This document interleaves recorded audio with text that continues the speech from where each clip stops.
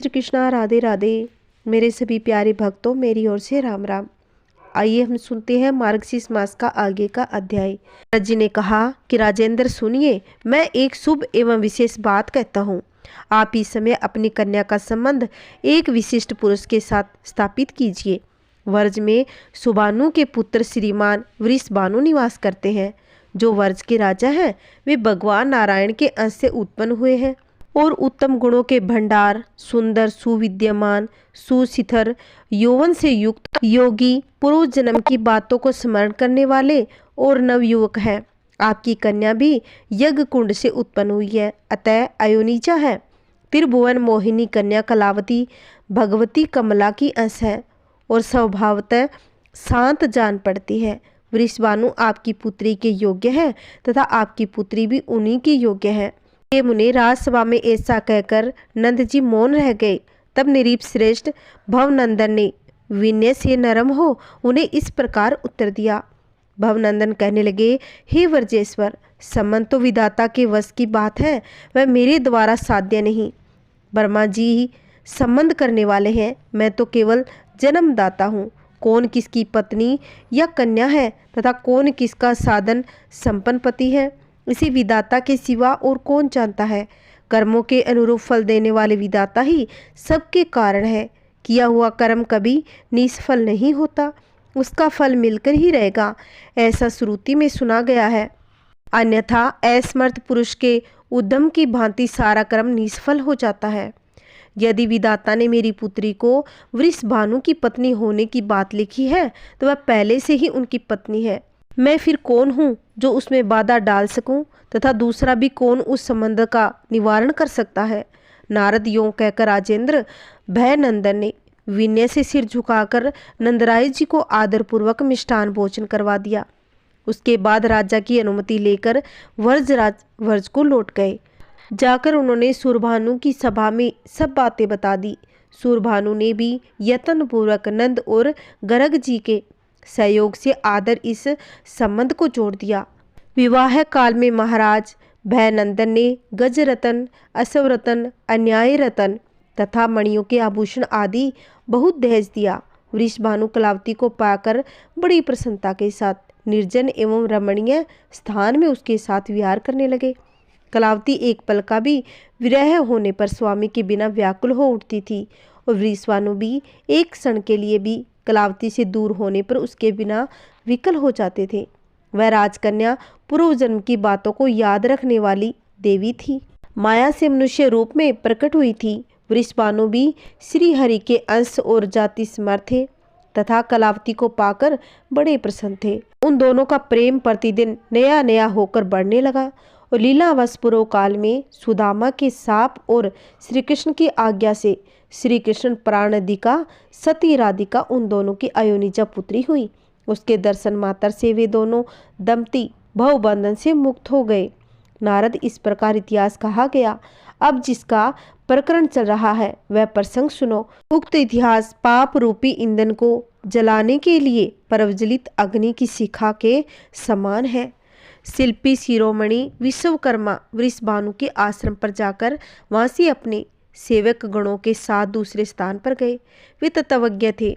उन्होंने मन ही मन एक कोस लंबे चौड़े एक मनोहर स्थान का विचार करके वहां महात्मा आनंद के लिए आश्रम बनाना आरंभ कर दिया।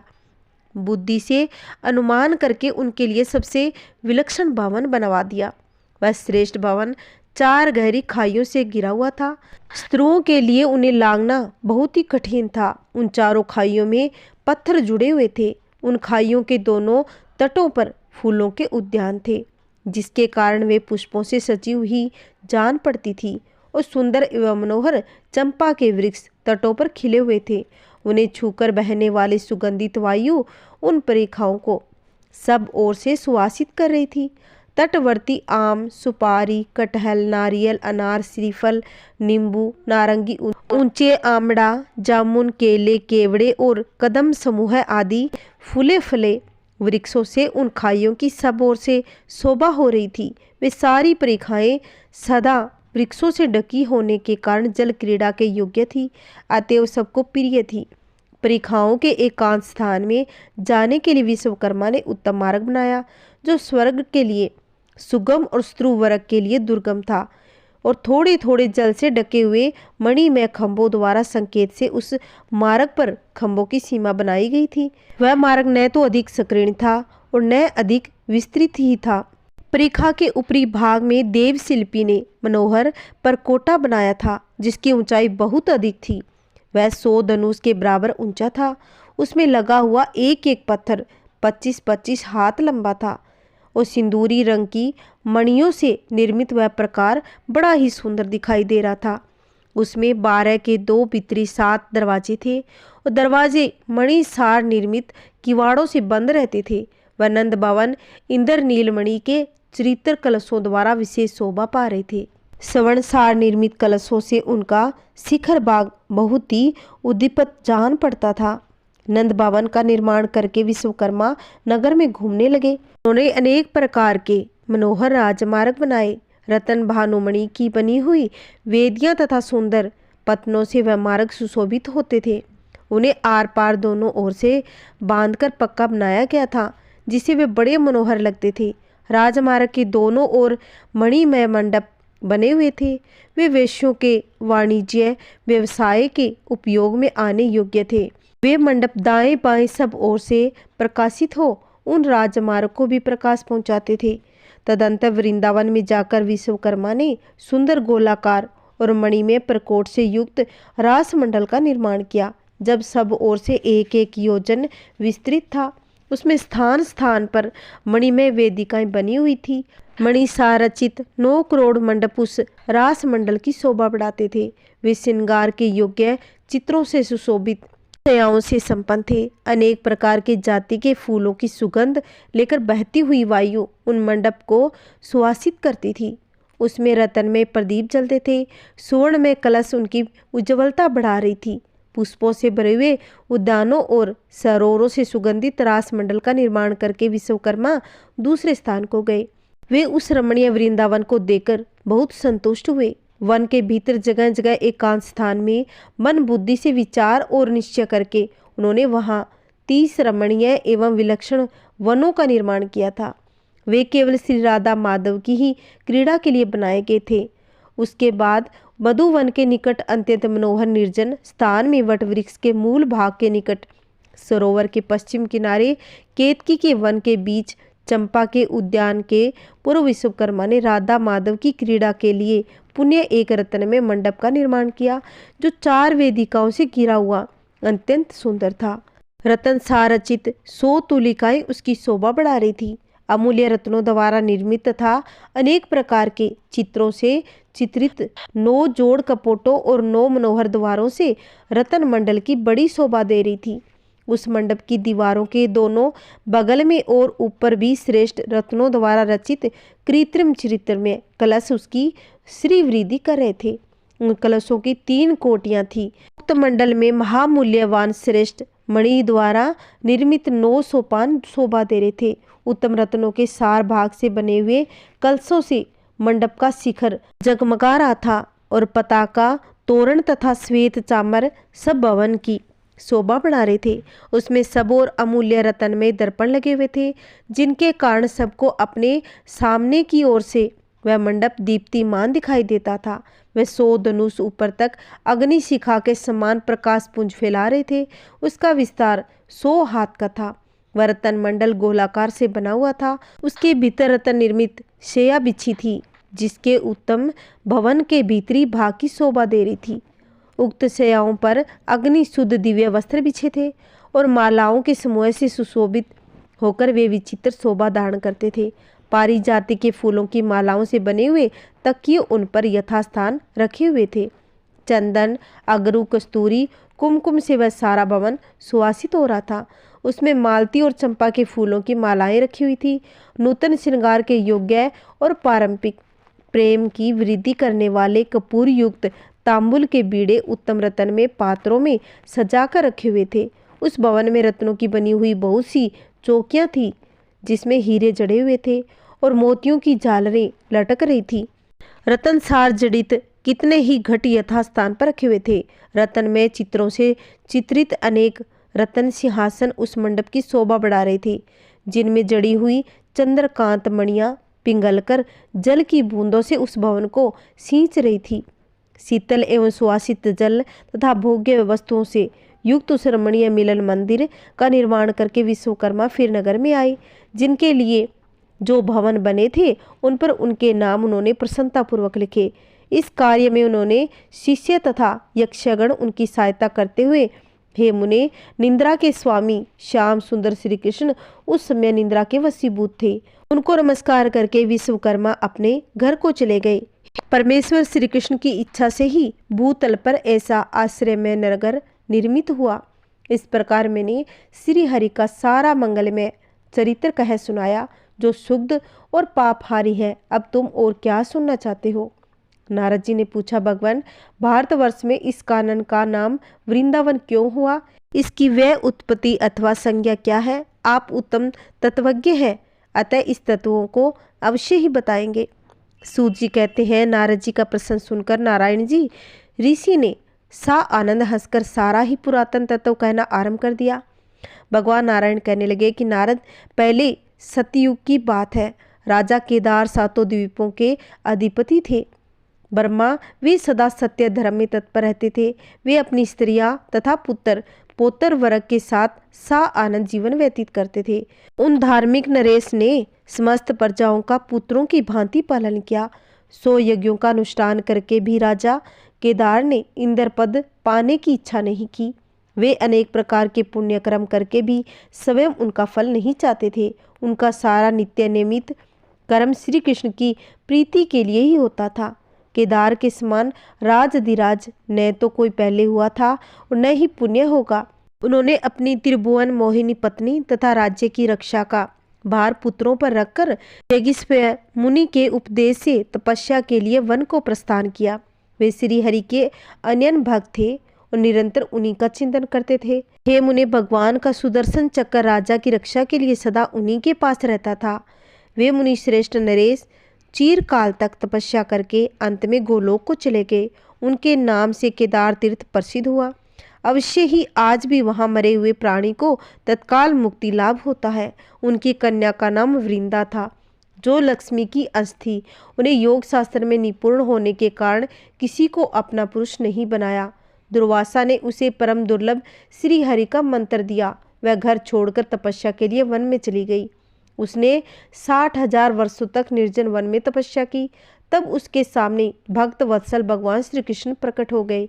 उन्होंने प्रसन्नता मुख से कहा कि देवी, तुम कोई वर मांगो। वह सुंदर विरह वाले शांत स्वरूप राधिका कांत को देखकर सहसा बोल उठी कि तुम मेरे पति हो जाओ।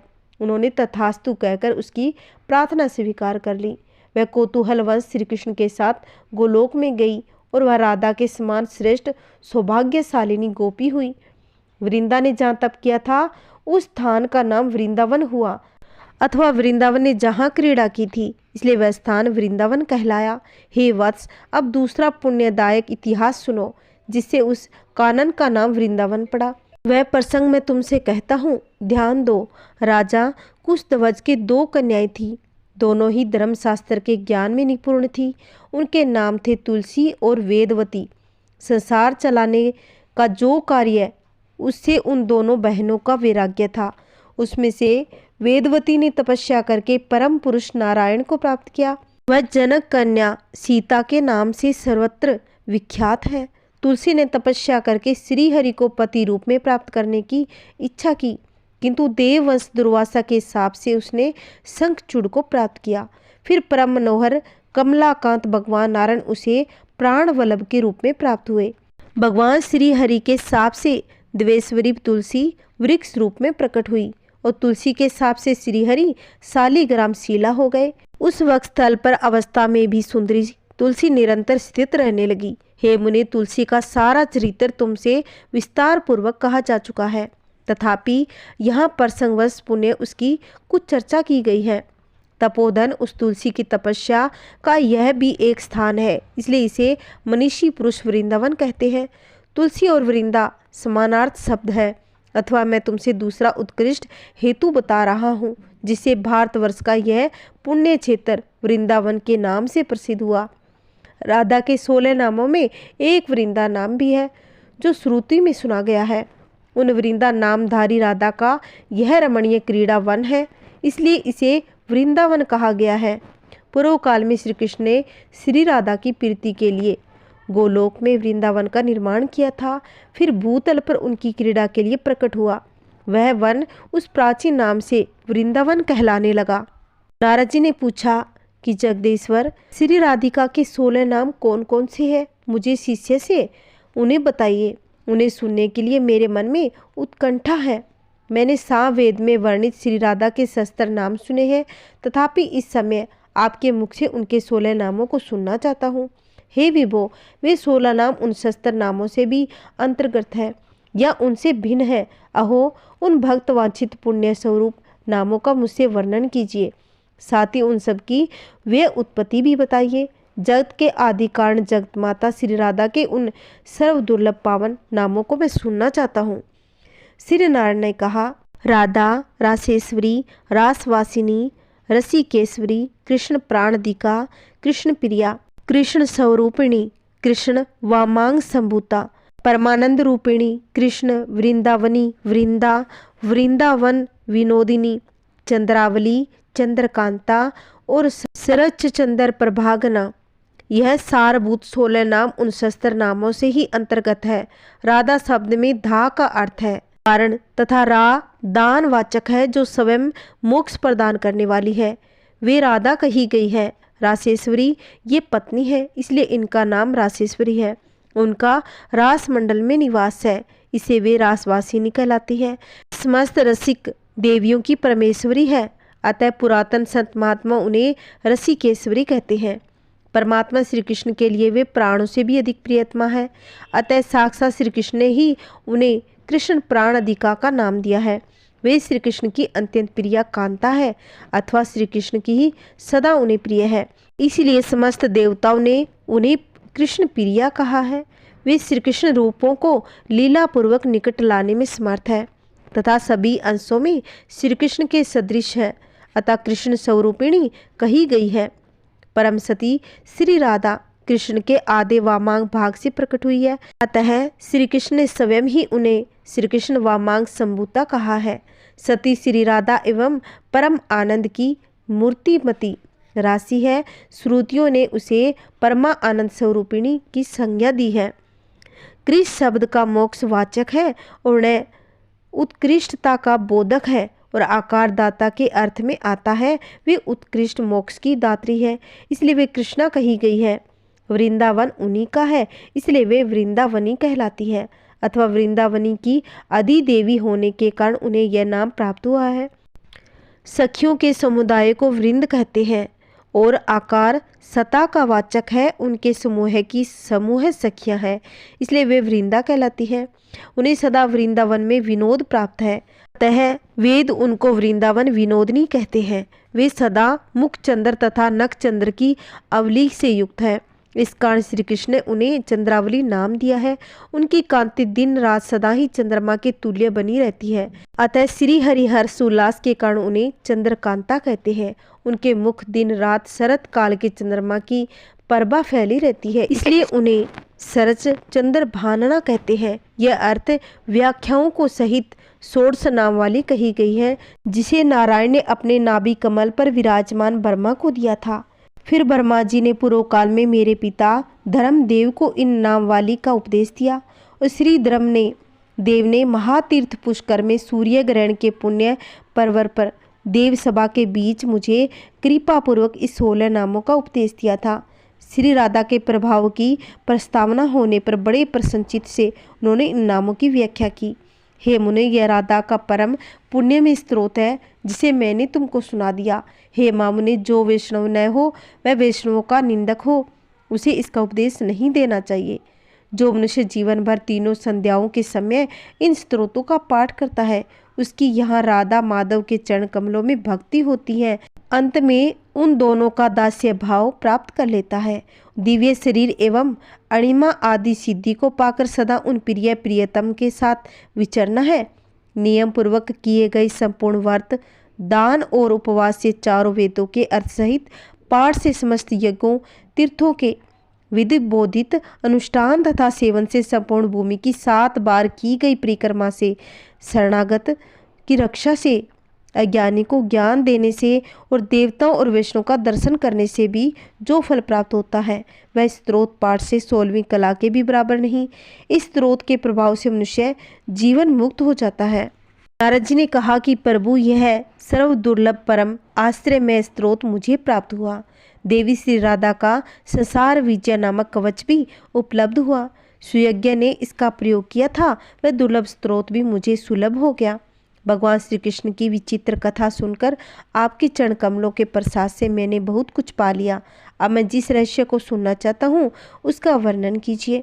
मुने, वृंदावन में प्रातःकाल उस अद्भुत नगर को देखकर गोपों ने क्या कहा? भगवान नारायण जी बोले कि नारद, जब वह रात बीत गई, विश्वकर्मा चले गए और अरुण उदय की बेला आई, तब सब लोग जाग उठे। उठते ही सबने विलक्षण उस नगर को देखा। व्रजवासी आपस में कहने लगे, यह क्या आश्चर्य है, यह क्या आश्चर्य है। इन्हीं गोपों ने कुछ अन्य गोपों से पूछा, यह कैसे संभव हुआ? न जाने भूतल पर किस रूप से कौन प्रकट हो सकता है। परंतु नंदराय जी गर्ग के वाक्यों का स्मरण करके मन ही मन सब कुछ जान गए। उन्होंने भीतर ही भीतर विचार किया, यह समस्त चराचर जगत श्री हरि की इच्छा से ही उत्पन्न हुआ है, जिसके लीला मात्र से ब्रह्मा से लेकर तृण पर्यंत सारा जगत अभिभूत हो तिरोभूत होता रहा। इसके लिए क्या और कैसे असाध्य है हो, जिसके रोप कूपों में ही सारे ब्रह्मांड स्थित है। उन परमेश्वर महाविष्णु श्री हरि के लिए क्या असाध्य हो सकता है। ब्रह्मा, शेषनाग, शिव और धर्म जिनके चरण विंद का दर्शन करते रहते हैं, उन माया मानव रूपधारी परमेश्वर के लिए कौन सा ऐसा कार्य है जो असाध्य हो।